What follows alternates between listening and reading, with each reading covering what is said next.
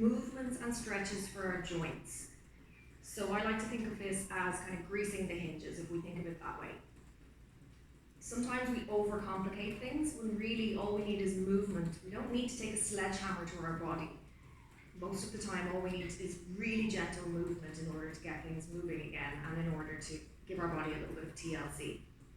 So I'm going to start from the floor and work my way up. Let's see if Callie is going to help me here and be my little assistant today. Let's see how we go. So I'm going to start with ankles. If you want to secure yourself, you can hold on to a wall, a piece of furniture, a chair perhaps. Just be careful that the item that you're holding on to is secure as well, that it's not going to slip or anything. And otherwise you can maybe put both hands out for a little bit of balance if you like. I'm going to lift one foot off the floor.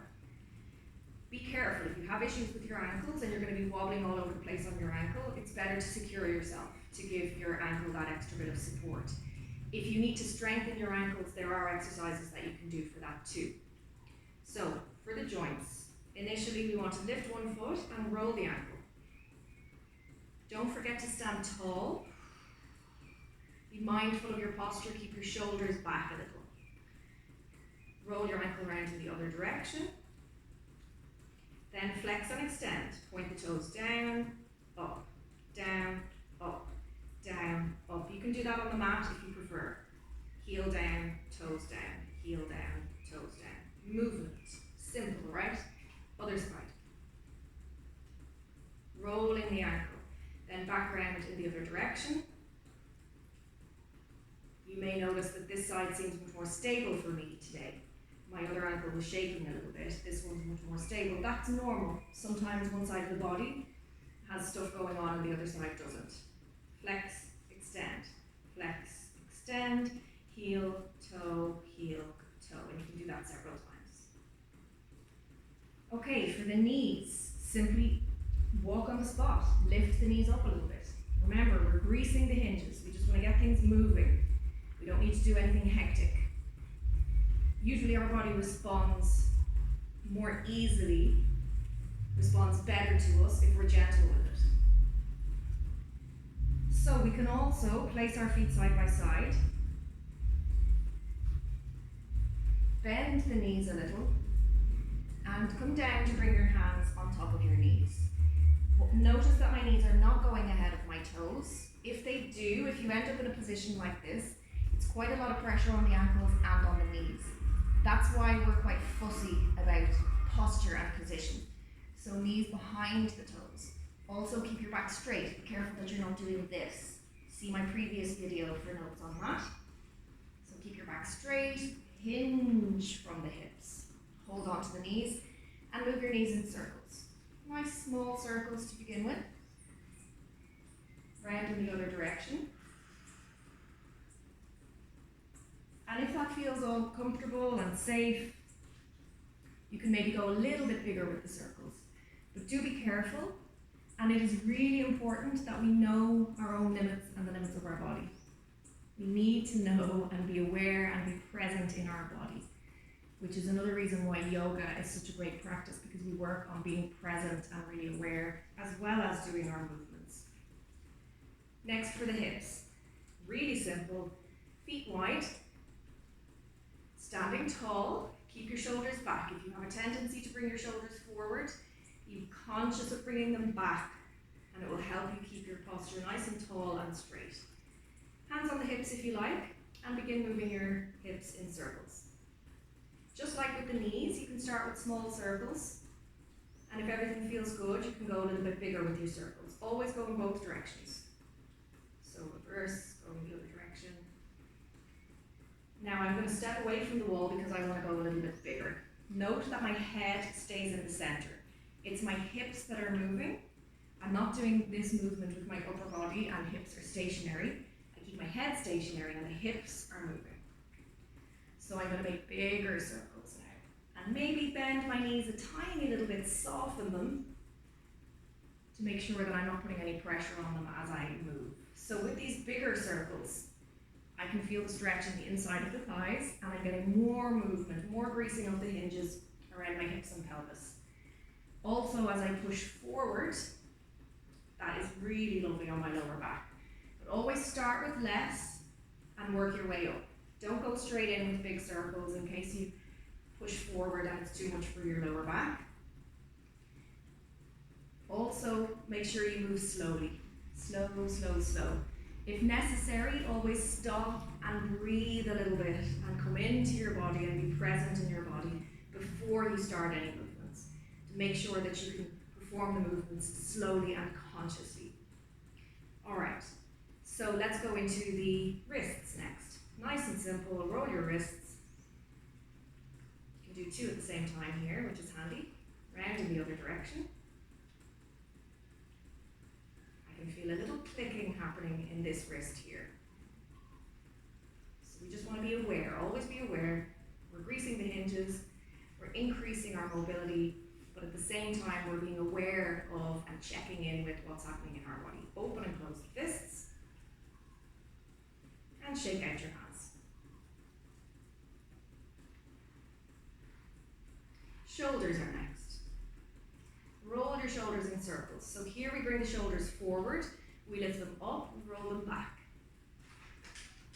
Do this in time with your breathing. Inhale up and back. Exhale down. Inhale up and back. Exhale out and down. Around the other way. Inhale back and up. Exhale forward and down. Repeat.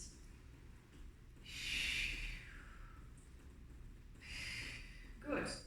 Naturally, what feels right next is to do our neck. So I'm going to make sure that I'm standing comfortably and tall.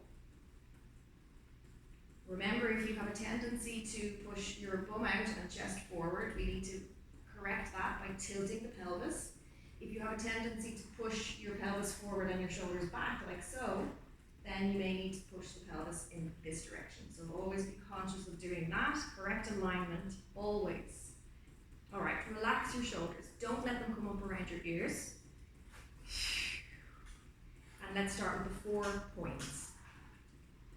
First one, chin to chest. So let your head hang forward. Stay there. Breathe. Let yourself relax a little bit more each time you exhale. Now lift up, nice and gently. Keep your jaw closed but without clenching. Now if you feel resistance or any discomfort, stop. Don't go any further. Wait, breathe. Give your body the moment to respond. Okay, now I can go back a little bit further. I've quite a lot of tension on this side of my neck from my sports, so just taking it nice and easy. But you keep the jaw closed so that you feel the stretch here along the front of the throat. Repeat. Chin to chest. Let the weight of your head come forward and stretch the back of your neck. Notice where you feel it. Do you feel it more on one side than on the other? Does it travel anywhere, the tension? Does it travel down your back? Does it travel into your arms, into your shoulders? Once more, chin to ceiling, which is our second point. So chin to chest is point 1. Chin to ceiling is point 2. Never force it. So I'm feeling quite a lot of tension here and a little bit of restriction. My body doesn't want to go any further. That's okay. I'll just wait. And when the body feels safer, then it will let you go a little bit further. Okay, come back to center. This time, point 3 and point 4, we bring the ear towards the shoulder. So note, I'm not moving my entire body. I'm just bringing my ear to my shoulder. I'm not bringing my shoulder up. Always keep the shoulders relaxed. Ear to shoulder.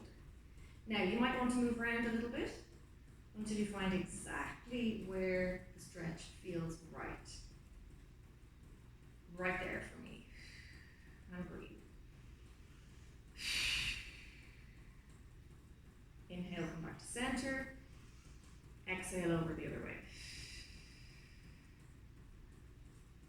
Breathe. Again, you can move around a little bit if you like. Notice the stretch on this side and a little bit of compression on the other side. Notice what you feel, where you're feeling it, if the tension is a lot, if it's a little, if it's more on one side than the other. Come back to center and let's repeat. Inhale when you come to center. Exhale when you go to the side. Hold. Or move around a little bit if you like. If everything feels hunky-dory, tension. You can apply a little bit more stretch by using your hand here, very gently, gently, gently, gently. And it could also be on the shoulder here. I like to place my hand here on the shoulder, and it just gives a tiny little bit more stretch here.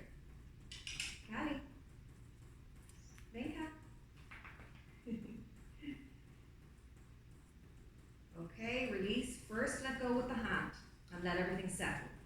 Then bring the neck back to center. Then we go to the other side. Remember, inhale, and then exhale over the other side. Do exactly the same thing again. Find the point that's comfortable, and if you want to use the hand for a little bit extra stretch, do. Remembering that we want to take it gently, okay? We don't want to take a sledgehammer to the body. Don't try and force it. Less is more. And breathe. Release the hand first. Let everything settle. Then bring the head back. Now we can turn from side to side, really greasing the hinges in the vertebrae in the neck now. Inhale to center. Exhale over the other way. Inhale to center. Exhale over the other way. And inhale to center.